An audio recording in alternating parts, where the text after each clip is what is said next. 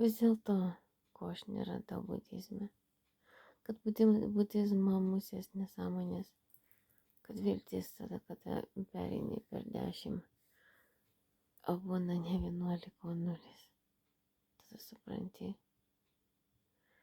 aš siekiau paties geriausio savęs rezultato, kitą dieną vėl sieksiu. Tokia yra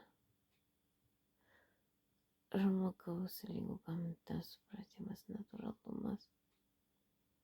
Kiekvienoje tautoje tai vadinasi kosmopolitiškas, naujoviškas, konstruktyvus gamtos ir žmogaus lygybė jausmas. Tada aš vadinu save budistų samurajum, o ne savižudžiu.